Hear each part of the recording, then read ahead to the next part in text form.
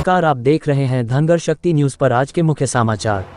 आज 27 नवंबर 2022 सुभाष विहार, भौंडा, दिल्ली -53 में आयोजित श्रीमंत राजकुमारी भीमाबाई होलकर की 164वीं पुण्यतिथि पर बोलते हुए इतिहासकार मधुसूदन राव होलकर, डोरीलाल गोस्वामी, गिरी समाज प्रमुख महंत अमर सिंह बघेल, माननीय नवरत्न सिंह होलकर, राष्ट्रीय अध्यक्ष अखिल भारतीय होलकर महासंघ और ऑल इंडिया धनगर समाज महासंघ के राष्ट्रीय उपाध्यक्ष धनगर अजयपाल सिंह होलकर तारांकन। जन्म। भीमाबाई होलकर का जन्म 22 सितंबर 1795 को रागवाड़ा, इंदौर, मध्य प्रदेश में हुआ। इनके पिता का नाम महाराजा जसवंत राव होलकर तथा माता का नाम कृष्णाबाई होलकर था। यह रानी अहिल्याबाई की पोती और मल्हार राव होलकर तृतीय की बड़ी बहन थी। बाल्यकाल से ही अपनी माता के साथ रामायण और महाभारत का अध्ययन करती और गीता को अपने जीवन का आदर्श मानती थी। उनका कथन था, मनुष्य को अपने जीवन में गीता का अनुसरण करना चाहिए। आत्मा अमर है और यह शरीर एक वस्त्र के समान परिवर्तनशील है, अतः मनुष्य को मृत्यु के भय का त्याग कर सतत रूप से अपने कर्तव्यों का पालन करना चाहिए।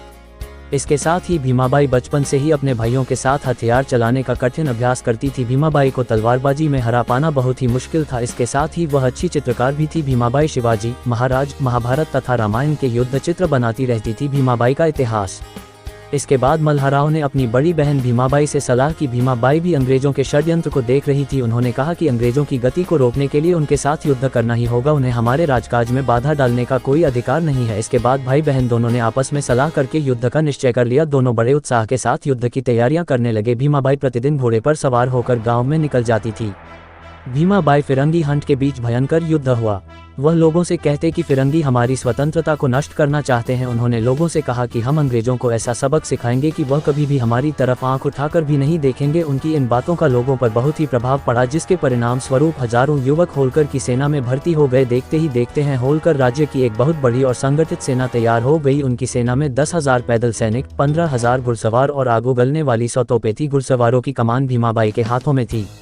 अपने ओजस्वी वाणी से जनता को जागृत करती थी। वह लोगों से कहते कि फिरंगी हमारी स्वतंत्रता को नष्ट करना चाहते हैं। उन्होंने लोगों से कहा कि हम अंग्रेजों को ऐसा सबक सिखाएंगे कि वह कभी भी हमारी तरफ आंख उठाकर भी नहीं देखेंगे। उनकी इन बातों का लोगों पर बहुत ही प्रभाव पड़ा, जिसके परिणाम स्वरूप हजारों युवक होलकर की सेना में भर्ती हो गए। देखते ही देखते हैं होलकर राज्य की एक बहुत बड़ी और संगठित सेना तैयार हो गई। उनकी सेना में 10,000 पैदल सैनिक, 15,000 घुड़सवार और आग उगलने वाली 100 तोपें थी। घुड़सवारों की कमान भीमाबाई के हाथों में थी।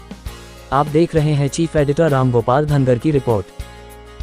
भीमाबाई होलकर को फिर उन्होंने कैद करने का प्रयास किया और उस समय पर भीमाबाई होलकर ने कहा, क्योंकि वो इससे काफी प्रभावित भी थे, जो अंग्रेज जनरल थे भीमाबाई होलकर से काफी प्रभावित थे। उन्होंने कहा, नहीं, हम आपको जान से मारना नहीं चाहते, जान से नहीं मारना चाहते, लेकिन मैं अपनी बात मनवाना चाहती हूँ। फिर उनकी बात को ध्यान में रखते हुए अंग्रेज जनरल ने आपस में कंसल्ट करके संधि करी कि वास्तव में इंदौर में हम अपनी छावनी नहीं बनाएंगे, इंदौर से दूर कहीं अपनी छावनी बनाएंगे।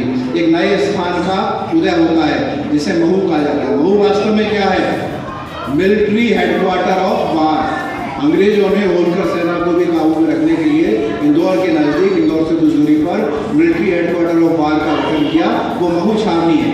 तो उस महू छावनी की स्थापना होती है। लेकिन इंदौर में भीमाबाई होलकर के प्रताप से, उनके प्रयास से, उनके पुण्य प्रताप से अंग्रेज वहाँ पे इंदौर में दाखिल नहीं हो पाए। बोली राजकुमारी भीमाबाई होलकर की जय। तो मेरा अपना आप सबसे निवेदन है कि जब ये वार्षिकोत्सव मनाएं, कम से कम बालाजी बघेल मंदिर में, ठीक है ना, बहुत बड़ी संख्या में अपने साथ आप आए, अकेले मत आए, अपने साथ माताओं बहनों को लाए, क्योंकि राजकुमारी भीमाबाई होलकर कौन चरित्र है? झांसी की रानी को सब जानते हैं ना, लेकिन झांसी की रानी से 40 साल पहले अंग्रेजों से लड़ी है। कोई जानता है इसको? कौन जानेगा? 1857 का गदर अंग्रेजों से लड़ने का झांसी की रानी का बहुत नाम है। लेकिन हम 1817 की बात कर रहे हैं भाई। क्यों नहीं पूछा जाएगा इनको? आप हम लोग याद नहीं करेंगे तो गोस्वामी जी कौन याद करेगा? तो बड़ी महत्वपूर्ण बात है कि इस तरह का काम कहा गया है, बड़ी बड़ी लगती है सबको, बिगड़ी बात किससे भाती है, सुख साधन सामर्थ्य अगर हो सारी दुनिया गुण गाती है। विसार दे अपने पुरखों को, जिसका स्वाभिमान मर जाए, ऐसी कौम कसम से बंधु इस दुनिया से मिट जाती है। तो अपनी कौम को मिटने से बचाना है तो महापुरुषों को लेके चलना होगा। महंत जी का बहुत बहुत धन्यवाद, आपने यहाँ पर ये कार्यक्रम करने